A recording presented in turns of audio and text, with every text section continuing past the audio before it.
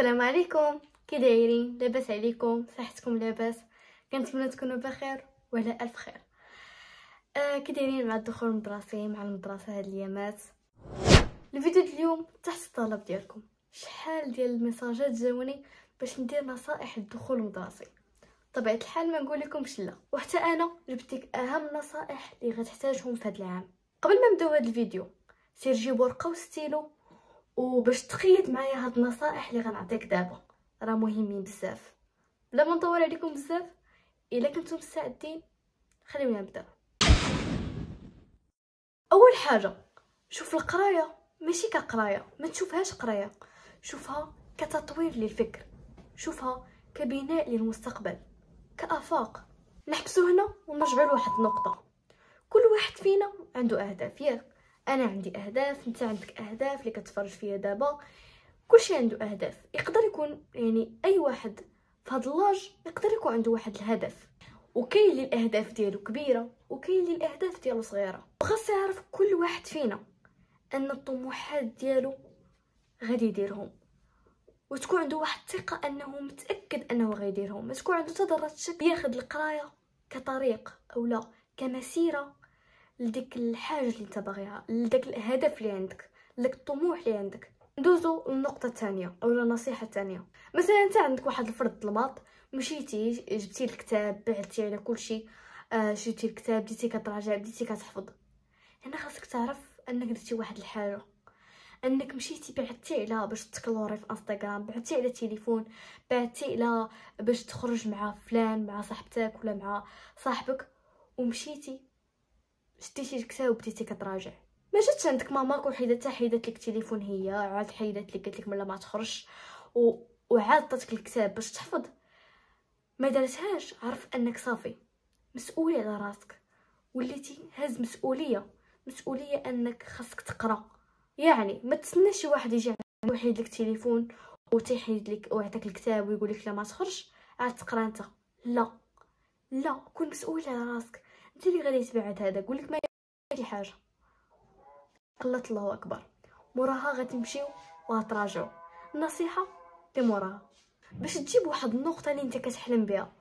مثلا انت كتحلم ب 19 النقاط ديالك كيضربوا غير ما بين 15، المهم كتجيب 14 15 ونقطه هابطه على المعدل اللي انت باغي. المشكل اللي كتعاني هنا هو انك تقدر تجيب ديك النقطه، ولكن ديما ما عندك واحد الماده اللي كتهبط لك المعدل. هذا اللي غنقول لك. مثلا دابا الماده عندك هي الماط، هاد الماط كتخدم عليه من بدايه العام، غتبقى عاطي جمال كبيره للماط باش منين يجي الاخر د العام يكون عندك واحد التساوي ديال المعدلات اللي ان شاء الله يكون طالع. النصيحه الخامسه، الصلاه راه هي تنظيم ديال الوقت. باش يكون في خبارك منين كتصلي راه بحال كتنظم وقتك. والله الا بصح يمكن يكون عندك واحد المشكل انك مثلا كتبقى مع 8 وكتخرج مع 2، يمكن يكون فات عليك الظهر. ينفوي الظهر كل واجي صلي نيشا. ما تمشيش تدير هادي ودير هادي ودير هادي وتلقى راسك ودنا عليك تمغرب. صلاه التهجد الا كان عندك مثلا انت مقبل على الجهوي اولا على الاقليمي، صلي صلاه. اولا نيت على شي امتحان، صلاه التهجد هي والله الا تحقيق المستحيلات والمعجزات. والله ندوزو للنصيحه اللي موراها 6 ولا 7، الاعداد القبلي. انشرح لكم شنو هو الاعداد القبلي. مثلا انت عندك غدا حصه ديال الماط وعندك فيها درس جديد، غتقراو درس جديد. هذيك الليله غادي تمشي تبحث على داك الدرس، غادي تشوف، غادي غتعرف عليه التعريف ديالو، المعنى ديالو، غادي تحفظ فيه شي حاجه باش منين تكون عند الاستاذ غتكون كتشارك. والمشاركه راه شي حاجه مفيده، وهادشي ما ينفعكش غير ملي تكون عند الاستاذ، غينفعك حتى ملي تكون عندك شي امتحان. المعنى ديالها مثلا ملي غيجي الدرس غيتحط لك في هذا الامتحان غتكون انت فايت حفظتيه، فايت درتي ليه اعداد قبلي. لي نوت اولا المذكره.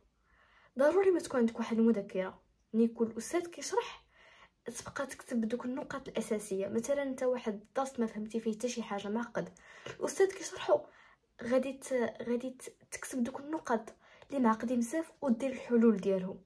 ولا ما كانش عندك مذكره تقدر تجبد غير الاخر ديال الدفتر ديال الدروس وتكتب فيه داكشي. افترضوا دابا مثلا عندك امتحان ويجي واحد النقطه اللي هي معقده، غترجع تقول راه كتبتها في هذيك المذكره، راه كتبتها في الاخر ديال الدفتر، غتمشي ترجع للاخر ديال الدفتر تلقى راسك كاتبها وهنا غادي تفهمها. ماشي مثلا انت كاع ما كتبتيها كاع غتبقى مبلوكي. واحد النقطه اللي تقدر تبان لاي واحد عيب وحشومه وفي شي شكل، ولكن راه عندها واحد الاهميه كبيره. باش تجلس قدام ديال القسم اولا الطاوله الاولى راه ماشي عيب، راه شي حاجه مزيانه. مثلا تجيك حشومه كاع باش تدور تهضر مع الصديق ديالك اولا مع الصديقه ديالك، لان الاستاذ كيشوف فيك. وهنا ما يكون عندك شي حل من غير انك تتبع مع الاستاذ. ملي غتتبع مع الاستاذ فراه السلاله العصبيه ديالك غتبقى مركزه، صعيب عليها حتى تشتت. حتى لهنا يكون سال الفيديو ديال اليوم. الا بغيتوني ندير لكم جزء ثاني على النصائح ديال الدخول المدرسي خليوها لي في التعليقات. بالتوفيق لجميع التلاميذ والطلبه، دمتم برعايه الله وحفظه، الى اللقاء.